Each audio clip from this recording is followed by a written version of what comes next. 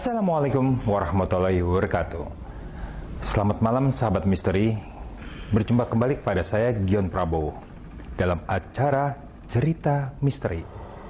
Malam hari ini saya kedatangan tamu aktor lucu, imut-imut, dan pokoknya pasti lihat deh.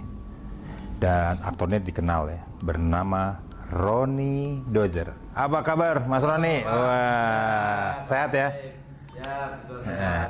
Iya. Bagian sehat ya? Alhamdulillah. Iya, Pak. Jadi malam hari ini kita akan mendengar cerita Roni, bagaimana kisahnya, dan pernah saya mendengar cerita-cerita beliau yang menurut saya banyak yang tidak masuk akal. Gue pengen denger ya Ron, pengen cerita itu. Gimana cerita kisahnya Mas Roni? Oke, jadi begini, waktu itu tahun sekitar 90 mau ke 2000 ya, 2000-an awal lah kalau nggak salah ya.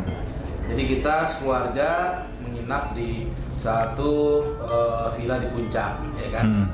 Villa di Puncak ini karena yang depan full booking Pak, itu di belakang, kita dapetnya paling belakang. Oke. Belakang, suatu ketika kita sewa 3 kamar, mami saya sama kakaknya, saya di tengah sendiri, kakak saya sama kakak saya yang kedua sama yang pertama situ sama anaknya kan gitu. Nah, anaknya Mbak Kristi, anak saya ponakan saya, itu dia punya indra keenam juga Pak, bisa ngeliat roh halus ternyata. Padahal umurnya masih 4 tahun waktu itu. Jadi pas lagi nginep di sana, tiba-tiba teriak dari kamar di situ kan. Jam 10 malam saya lagi main gitar gitu di villa sebelum tidur gitu kan. Kenapa terus saya telepon, "Man, kita ke atas yuk, kita cari makan. Nanti gue ceritain deh," kata kakak saya yang pertama, kan? Udah tuh.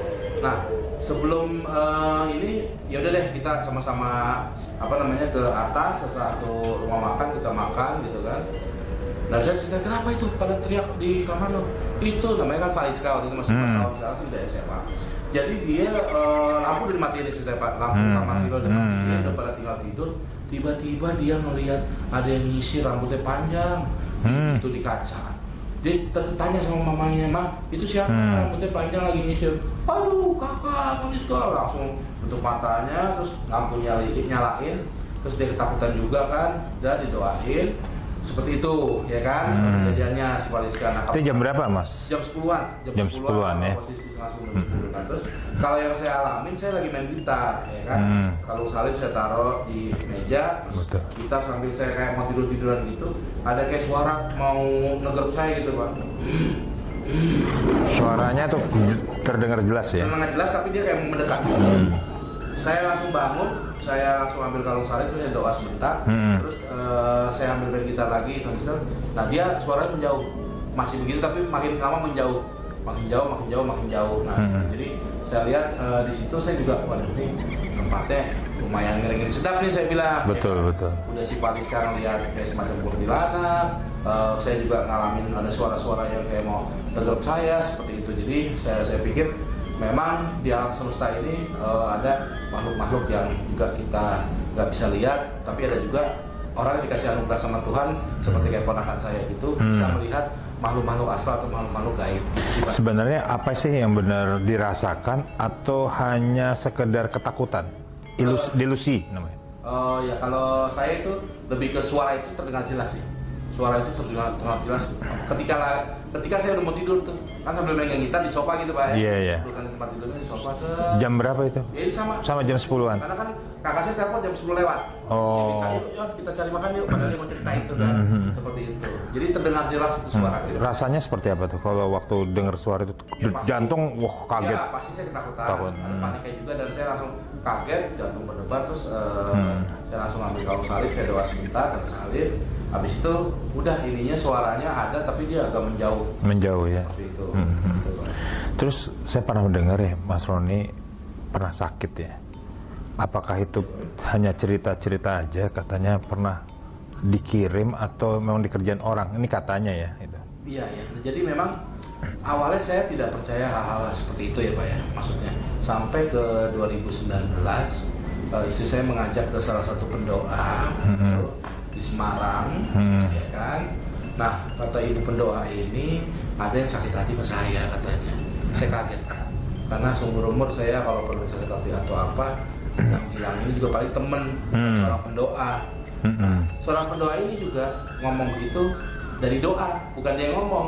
Jadi dari hasil doanya terus dia ngomong, terus dia ini doa lagi, katanya harus lebih menjaga lisan, sikap, menjaga lisan. Dia bilang udah lama.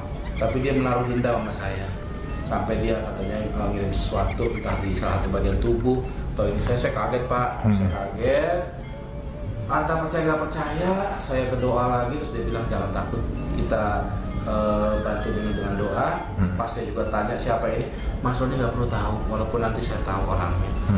Nanti masalahnya ada yang ada rendah. Terasa badannya kayak apa gitu? Ya itu kaki saya sering panas, sulit, suka kebas gitu Pak, suka kebas gitu kan. Bahkan katanya kami Jawa Bayo itu sempat ada juga di sekitar perut Pak. Nggak kerasa nggak kalau misalnya perubahan atmosfer di maksudnya itu perilaku? Ada. Ya itu gini, saya gampang sekali marah.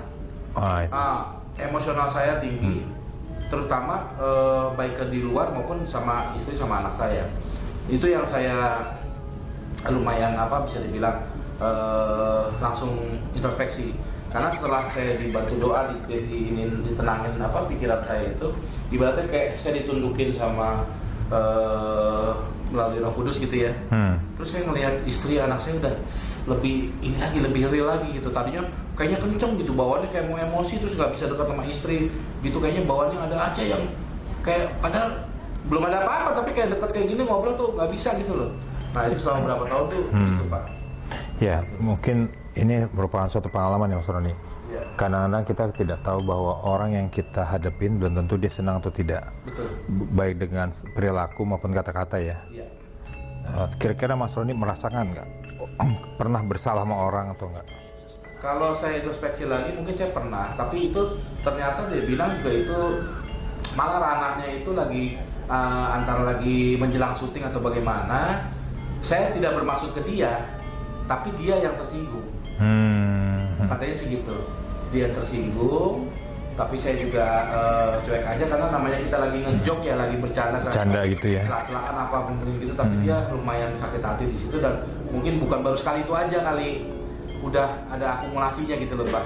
Betul. Sebelumnya seperti itu. Jadi saya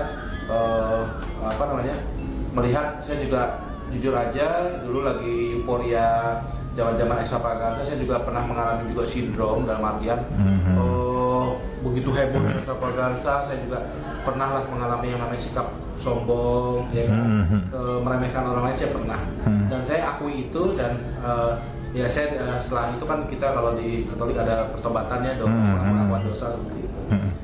Dengan saya dibukakan mata lagi dengan berdoa itu, jadi saya lebih Pak, lebih terbuka lagi, lebih banyak evaluasi ya, dalam diri. Evaluasi lagi bahwa ternyata kita juga harus benar-benar sama orang itu yang jaga lisan sama jangan sampai dia sakit hati. Memang di depan kita dia biasa aja, tapi di belakang kita dia nggak tahu Pak. Gitu loh, di belakang dia nggak tahu. Nah seperti itu kurang. Ya mungkin ini pelajaran banget ya untuk kita ya Mas Roni. Iya betul. Sahabat Cermis, banyak hal yang memang harus kita perhatikan. Bahwa kita kadangkala sudah baik dengan orang, tapi belum tentu juga orang baik sama kita. Tapi yang paling penting adalah bagaimana niat kita baik dengan seseorang. Sampai di sini, dan kita akan bertemu kembali dengan cerita-cerita para artis atau aktor dengan cerita misterinya. Sampai jumpa. Assalamualaikum warahmatullahi wabarakatuh. Terima kasih. Ya.